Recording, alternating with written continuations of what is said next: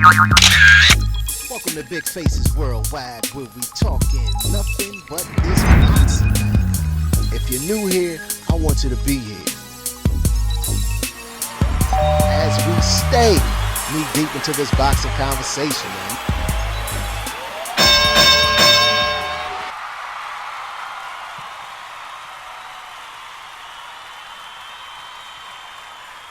What's up, fam? Welcome to Big Faces Worldwide, where we talking nothing but this boxing, man. Hey, man, listen, first off, I want to welcome everybody to the channel. And like I always say, fam, if you're new here, I need you to be here. So think about hitting that subscribe button as we stay knee deep into this boxing conversation, man. So what's good with you, fam? Huh? It's hump day, baby. We got through hump day. Work week's almost over. And then we can enjoy the weekend, man, and, you know, do it all again.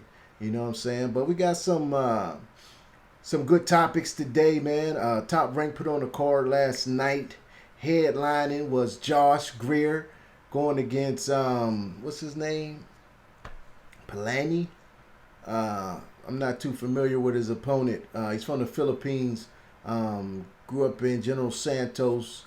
Like Manny Pacquiao, he's managed by Sean Gibbons, and Josh Greer was the favorite. You know what I'm saying? He came in, and I thought Josh Greer from the door, before anybody starts saying it, I seen right away that dude was a little longer than Josh. He was, you know what I mean? His jab was working, and Josh was going to have to get into the inside to have any type of success. You know what I'm saying? Josh did not do that until he was knocked down twice, till he was way behind in the fight. I believe he started sometime in the 8th round. You know what I mean? He started in the 8th round to come in the inside to realize that this guy cannot fight in the inside, and I better bring it to him.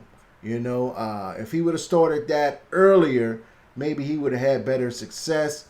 The judge who gave it a draw is under heavy scrutiny. Everybody's talking about him, man. You know, say he's a Hall of Fame judge. He's done great work, but don't nobody know what the hell he was looking at. Everybody say he missed a great fight, man, because obviously he was not looking at that fight. But one thing I can say, man, you know, people can look at the same thing and see difference. You know what I mean? People can hear the same tune, but hear different instruments. You know what I'm saying? And people can watch the same movie and come out with a different conclusion. I say all that to say, man, is that people look at things differently. You know what I mean? They look at things differently.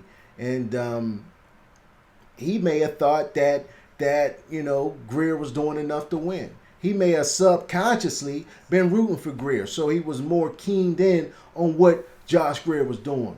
But all in all, man, I thought it was a learning lesson for Greer. You know, he was real gracious in defeat after the fight. You know, he took his hat off to I can't think of my man's name right now. I can't pronounce it. I don't want to butcher it. But you know, he took his hat off to his opponent. He gave him all the credit. He didn't, you know what I'm saying, make no excuses, blame it on this, blame it on that. So you got to commend the young fighter for doing that, man. And I can see him coming back from this. I can see him learning and coming back. They gave his punch stats of earlier when he first came on the scene, when they first started copy boxing his numbers. You know, his first 7 fights, they say his punch output was like 3 times as much as what it was last night. You know what I mean? Greer got sucked into that night theme, bringing the pillow out and all that shit right there. He got sucked into the power game, you know, instead of just boxing, man. Andre Ward made a very good point, man. Ward talked about how, you know, if you got power, just go in the gym and work on things that you need to work on. The power ain't going nowhere. The power's going to be there, but you need to work on your skills, man. And I think dudes with power, they need to take heed to that, man, because that was some good shit that he dropped. That was definitely a jewel that he dropped for these power punchers, man. But all in all, man, I think we got another top rank event coming on tomorrow night, man. Top Rank is doing this thing, man. It's the only boxing we got, you know, all of June. Top Rank, the first promoter, ESPN, the first network to bring boxing back, and you gotta give them credit for that.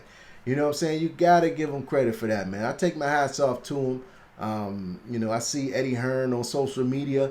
He's working on his property. You know what I mean? He gonna have a fight camp at his crib, at his family home where he grew up, man. I think that's gonna be a good deal. You know, see that dude from MTK Global is in heavy headlines, man. I was gonna do a very good video about him weeks ago, man. I was gonna do some good research on him, you know what I mean? Because I was hearing a lot of different things, man. And he's a gangster, and he did this with the Irish mob, and you know all this yada yada yada yada stuff right there, man. But I said, nah, you know what? Ain't nobody gonna know about him, man. It's gonna blow over. 2-3 weeks later, man, he's one of the biggest headlines in the sport. You understand what I'm saying? But MTK Global is losing a lot of business. You know, BT Sports already separated themselves from them. Sky Sports already separated themselves from them. You know, for those of you who don't know, this guy Kinnigan, something like that, is Tyson Fury's advisor.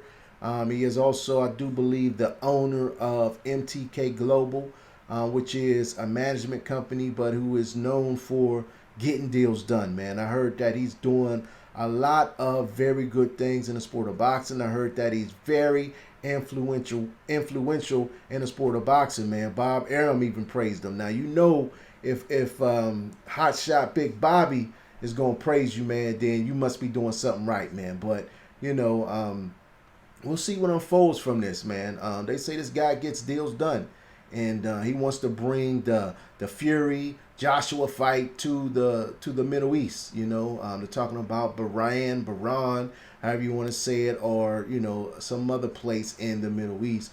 But we'll see what's up with that, man, when you know, everything's settled down, if he's going to be involved. Because right now, a lot of people ain't really messing with him like that. You know what I mean? But something else I want to talk about, man. Regis Prograis, the Rougarou, you know, from the swamps, man. Regis Prograis went off this week talking about Maurice Hooker. Now, before the pandemic came about, man, Regis Prograis was signed to fight Mo Hooker at a weight of, I believe it was 143, 144. I think it was 143. And the fight was signed, sealed, delivered. It was supposed to take place April 19th at the Grand Harbor in Maryland, Washington, D.C. I was very looking much forward to that fight. I was going to cover that fight as media. I want to see that fight. I wanted to see it then. I wanted to see it now. But then the COVID-19 hit, and that put a halt to everything.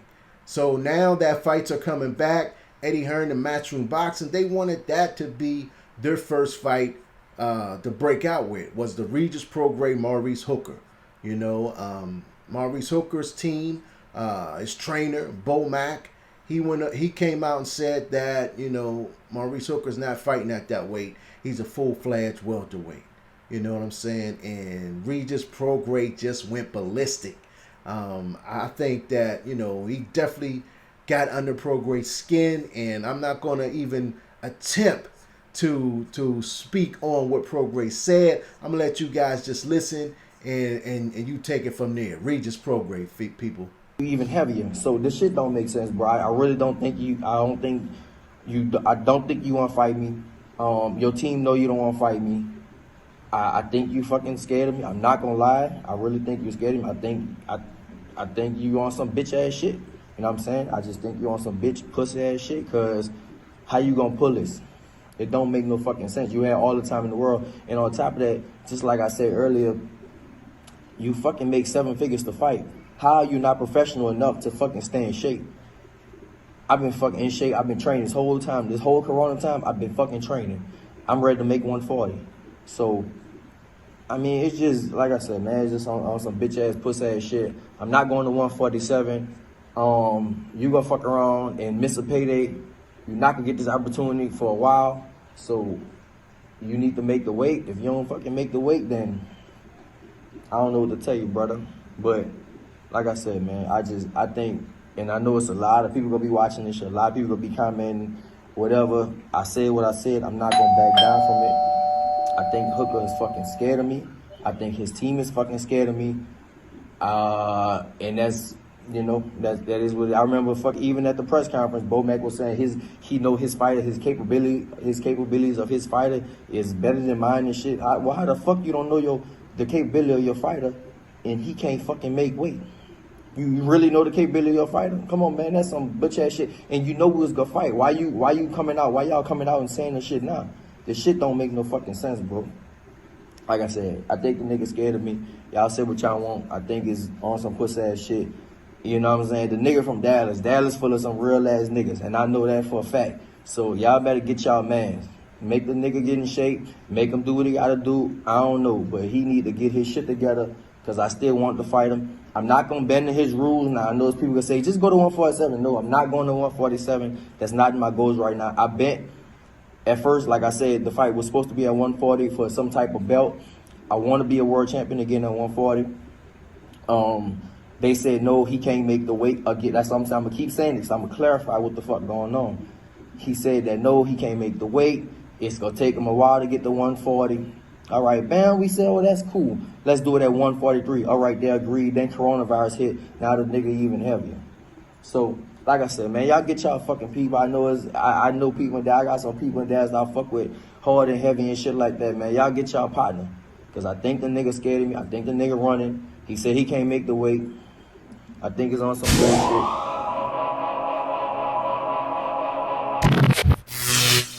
Now, as you can see, the Rougarou didn't pull no punches, man. He said exactly how he feel. Now, this was a couple days ago. Now, since then, it's been reported that, you know, the two sides have been negotiating, and I think the team Hooker, you know, they agreed to come down to 144. And Regis says, nah, we're going to do it at 143 or we ain't doing it. Regis want a campaign at 140. He want to win championships at 140.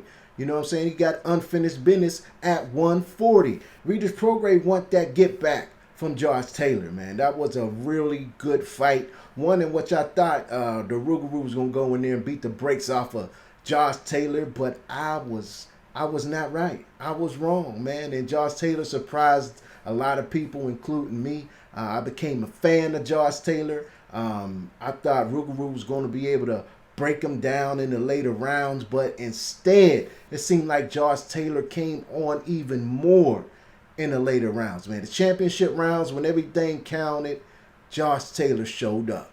Rougarou did not turn it to that next level. He did not shift it in that third gear, man. You know what I'm saying? And therefore, he walked away with an L. But it still was a very close fight. Still was a good fight. If you look at the two fighters after the fight, you would have thought Josh Taylor got his ass whooped. I mean, his eye was closed, man. It was, you know, it was closed shut. You know what I'm saying? But nonetheless, man, you know, Rougarou didn't make no excuses after the fight. He gave Josh Taylor his credit. You know what I mean? You don't see that. You know what I mean? Josh Greer, Regis Prograis, you know, these guys giving their opponent credit after taking an L. You just don't see that a lot today in a game of boxing, man. You see a lot of guys making excuses. You see a lot of guys giving half-ass credit. Nah, man, you wasn't on point that night. You know what I'm saying? You wasn't on point. You were slipping. You got beat. Tip your hat to the next guy and go back to the drawing board and come back and show and prove. You know what I'm saying? But I hope this fight still gets made. You know, I still want to see it. I think that, you know, Rougarou is going to stop Mo Hooker. Now, I like Mo Hooker. I like him a lot. Had the chance to meet him, to interview him. He's a real cool, solid dude. He comes to fight, got a lot of heart. He's going to bring it. You know what I'm saying? But his chin, I got a problem with his chin. His chin is suspect a little bit, man. I ain't going to say a little bit. His chin is suspect. You know what I'm saying? I've seen him get dropped, you know, multiple times, man. Even in that Alex Saucedo fight, that's when I really became a Mo Hooker fan, man. The way he got up off that canvas to beat the shit out of Saucedo, man. I became a Mighty Mo fan, you know what I mean? But I'm still a Mighty Mo fan, you know what I'm saying? I like the way he approached the game, you know what I'm saying? He's coming guns blazing, letting them knuckles fly, you know what I'm saying? He's going to put them paws on you. But when he get them paws put back on him, that's the part you got to worry about. Now, the question is Bomac going to be able to be the difference maker? Is Bomac gonna make him sit there and use that stick? You know what I mean? Because he's the longer fighter. You know, I'm sure he got reach advantage over Prograis by a couple inches. He's definitely taller than him. So if he used that jab, used that stick, if Bomac can somehow transform Mighty Mo Hooker into a jab fest throwing mother sucker, then I think we could see, you know what I'm saying, we could see something different. Things will become very, very interesting because he got some punching power too. You know what I'm saying? But if he does not come in with the new game plan, I do see the Rougarou going in there and gobbling them all up, man. Gobbling them all up, man. You know what I'm saying? Regis Prograis show up. He shows up, man. You know what I'm saying? That's all you got to ask of a fighter, to show up. Show up. You know what I'm saying? Regis Prograis shows up, fam. You know, so, you know, we'll see in the next coming days what happens with that fight. But for right now, you know what I'm saying, Regis Prograis not budging off that 1 pound. Team Hooker's not budging off that 1 pound. So we're going to have to see who's really going to budge and who really ain't. You know what I'm saying? Who's not going to move at all to make that fight. All right, so we're going to talk about that a little later. I want to talk about the Golden Boy's Golden Boy, Oscar De La Hoya's fighter, Ryan King Garcia. He is pissed again. You know what I'm saying? He is pissed off all the time. His Twitter, they call Tank the Twitter King, man. Ryan Garcia definitely is in the runnings, man. He's always on Twitter letting out his frustrations. He's always on Twitter calling out this fighter, calling out that fighter. You know what I'm saying? And to me, he's looking like a clown, man. You know what I'm saying? I should do a clown of the town on Ryan Garcia, man. I think the kid got hell of a potential, hell of a upside. But the fact of the matter is, you haven't done anything, Ryan, in the sport of boxing. I don't care how many social media followers you got. You have not done anything in the sport of boxing. Now, if you guys remember last year, Ryan Garcia was complaining to Oscar De La Hoya about his purse. Reportedly, he was getting $50,000 for fights. You know, he was saying he should get way more than that, way more than that. That's what a fighter at your stage, that's what you get. You know, if you put your social media followers aside, fighters at the stage you were at, that's what they get, man. Between $50,000 and $100,000, man, if you're lucky. You know what I'm saying? So he went on a rant about that last year. He even had Canelo, pound for pound star, backing him. You know what I mean? The Reynosos, they was backing him. Everybody was backing Ryan Garcia because they felt that he was worth more than $50,000. You know what I'm saying? And, you know, I got to admit that, you know what I'm saying, he probably was worth a little bit more, being that, you know, when he does shows, when he do live shows, the live gate is pretty decent. You know what I'm saying? It's pretty decent. Them young teeny boppers, and, you know, they want to see Ryan. They want to see King Ryan. So they come out and they check him out. You understand what I'm saying?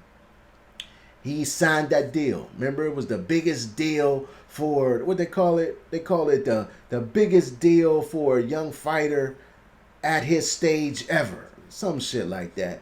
You know, he was so happy. They put the picture up of him signing the agreement with Oscar De La Hoya. Now they was friends again. They was high-fiving and slapping hands, and, you know what I'm saying, they went out for drinks and who knows what else. But, you know what I'm saying, he was real happy with it. And I believe it was $250,000 a fight, something like that. You know what I mean? So he like quadrupled his purse. So he was real happy about that. You know what I'm saying? Now we're not even a year later, maybe a year later. You know, he got a problem with the zone. Oscar and the zone wanted Ryan Garcia to come back on the 4th of July. It would have been Golden Boy's first fight since the COVID-19. The zone's first fight since the COVID-19. But they wanted to give him $200,000. Now, from what I gather, it was $50,000 less than he would have got normally. But you got to take into account of the COVID-19, man. You got millions of people on unemployment. You got half of the country shut down. You know what I'm saying? Money's tight. Money's funny. And, you know, people ain't going to be spending all that money to come see you, man. You know what I'm saying? So where is that, where that money going to come from? Somebody got to take a hit. Everybody got to take a hit. You know what I mean? You know, he's saying the zone's not treating him fair. See, my thing is, I think Ryan Garcia, he's looking at Tank. He's looking at Devin Haney. He's looking at Teofimo. He's looking at all these other guys that's, you know, he come up with that's, you know what I'm saying, mentioned in the same breath as him. And he's seeing what they're making, and he's upset about that, fam. You know, he's upset about it, and he think he should be getting that. You know what I'm saying? But the thing that Ryan's missing is these guys are world champions. These guys are fighting on a major level. These guys have at least fought 1 or 2 fights and proven they medal. Ryan Garcia has not even challenged for a title, much less won a title. He hasn't fought nobody of note to make him worthy of that type of money. And Ryan Garcia, somebody going to have to sit him down and take his phone away, man. Shut his Twitter account down. He's going to have to get a publicist or something because he's making a fool of himself, man. Get him and Oscar got in the beef. Oscar put out a tweet yesterday saying the fight on the 4th of July will not happen because Team Ryan Garcia chose not to fight. You know, Ryan Garcia puts out another tweet saying, you do know you're my promoter, right? Not supposed to be hating, some shit like that. I'm paraphrasing here. But the two seems to never be on solid footing, equal, you know, in the same page of the book. You know, there's always something going on with Golden Boy and Ryan Garcia, man. I think these two should just part ways. You know what I mean? Ryan Garcia, you have not done anything. You know, Golden Boy, you're not really making a whole lot of money with Ryan Garcia. I know you see a huge upside and you want to capitalize off that. But with all this headache, man, I think you should just cut ties with him. Oh, yeah, Oscar also said something about you going to see a real loyal superstar, a future star fighting sometime later on or something. And he mentioned Virgil Ortiz, who also is promoted by Golden Boy. But like I said, man, you know, we'll see what happens with that. And I'll keep you guys abreast with that and let you know what's up, man. Now, Dillian White. Do I got to keep covering Dillian White? Like, I feel I don't need to keep covering Dillian White, man. Dillian White is suing the WBC. He feel like he has been done wrong. He feel like that, you know, the WBC is not giving him a fair shake.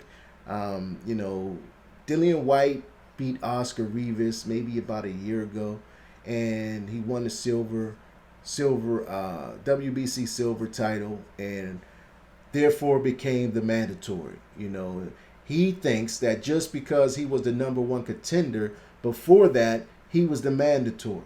Well, I got news for you, Mr. White.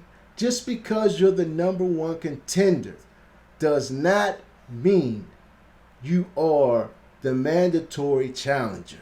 So all these 800 days and 1,000 days and all these days that he keep coming up with, all those days you may have been the #1 contender, but you was not the mandatory challenger until you beat Oscar Rivas. And then you pop dirty. You know what I'm saying? So the WBC had to put a stop to that, put a halt to that, until they did the thorough investigation. Now, it came back that Dillian White was at no fault. I don't understand it. If the test came back dirty, how does I don't understand what they did, but it's not for me to understand. You understand what I'm saying? But Dillian White is a good fighter. He's a solid fighter. He comes to bring it. He comes to hurt something. You know what I'm saying? He is the can man. He says any man can get it.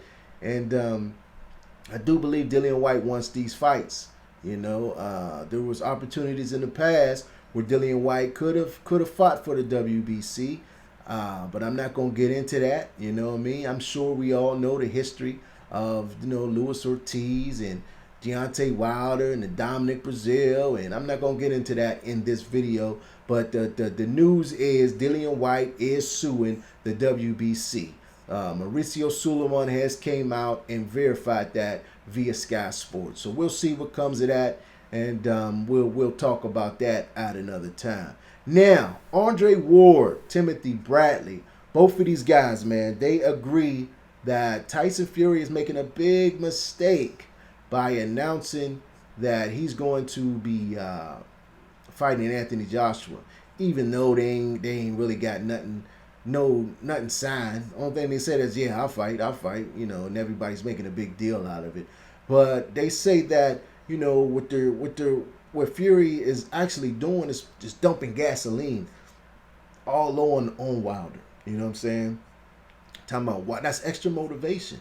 You know what I'm saying? I'm going to read to you exactly what the future Hall of Famer, former pound-for-pound king, Andre Ward had to say about the matter. Check it out.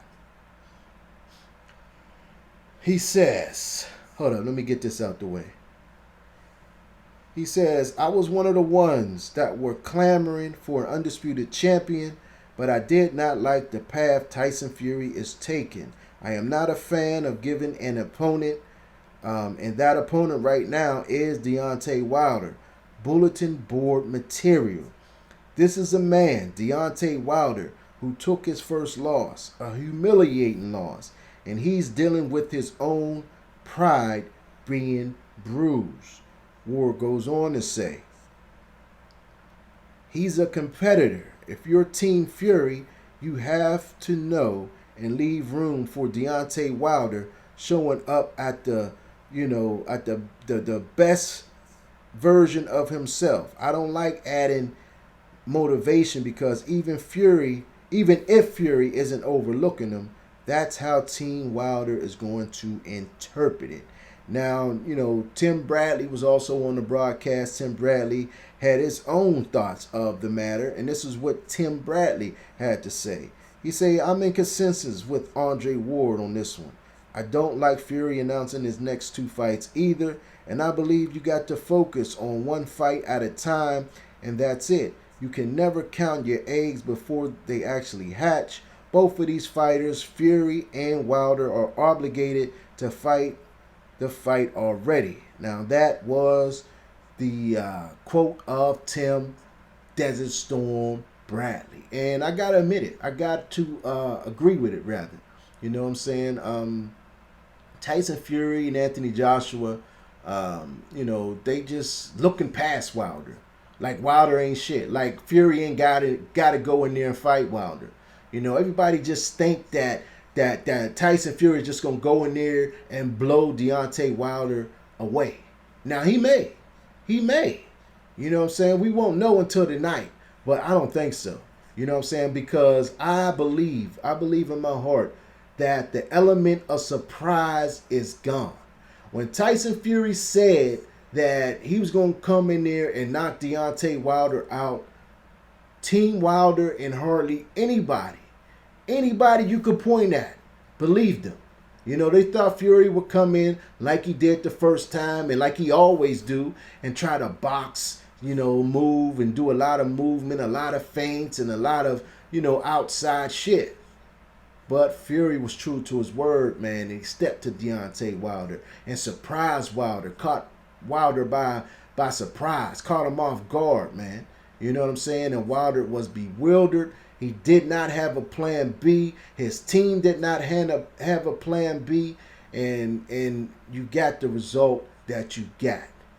But now the element of surprise is gone. Now Wilder can, he's had all these months off. He can, work on different things. There's a lot of conspiracy theories as to what went wrong and who cheated and this went wrong and all that. I'm not going to get into that right now.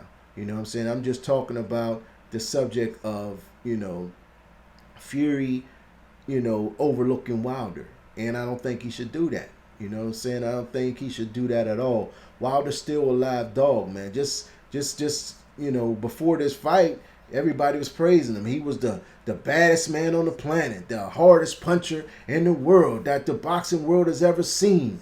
He takes a loss, and now he's the biggest bum, and Teddy Atlas and all them other clowns come out, you know what I'm saying, out of a rock that they was hiding in. Teddy Atlas was a man who was swinging on Wilder's nuts weeks leading up to the fight, because he seen Wilder ascending up into superstardom, and he didn't want to be left behind. Just in case Wilder, went to the moon, he didn't want to be left behind. He wanted to be on the good graces of Wilder. So he was bigging him up on his little podcast and, you know what I'm saying, talking highly of him. Oh, he's the greatest puncher, this and that. Soon as Wilder lose, like a light switch, everything flips. Oh, Wilder can't box. The other day he said, if I was Wilder, I would fire all his coaches because they haven't taught him nothing. They can't, if they ain't teach him nothing by now, that they're not going to teach him nothing. You know what I'm saying? Just a lot of stuff that some may think makes sense. You know what I'm saying? But I just don't like the flip-flopping. You know what I'm saying? If you're going to ride with a guy, ride with a guy. If you're going to dislike him, dislike him. You know what I'm saying? Don't just ride the wave. Don't go along just to get along. That's some sucker shit. You understand what I'm saying? But that's what he did, man. So we'll see what happens with that fight. We'll see what happens with Maurice Hooker and Regis Prograis. We'll see what happens with King Rye. We'll see what happens with who else? DILLIAN WHYTE, if he ever gets his shot, man. And we're gonna keep it pushing, man. I appreciate everybody tuning in. If you're on social media, check your boy out on Twitter, on Instagram, at BIGFACESWORLDWIDE, all one word. But in the meantime and in between time, stay blessed, fam. And keep on supporting this sport that we love called boxing. Peace. I'll holler back.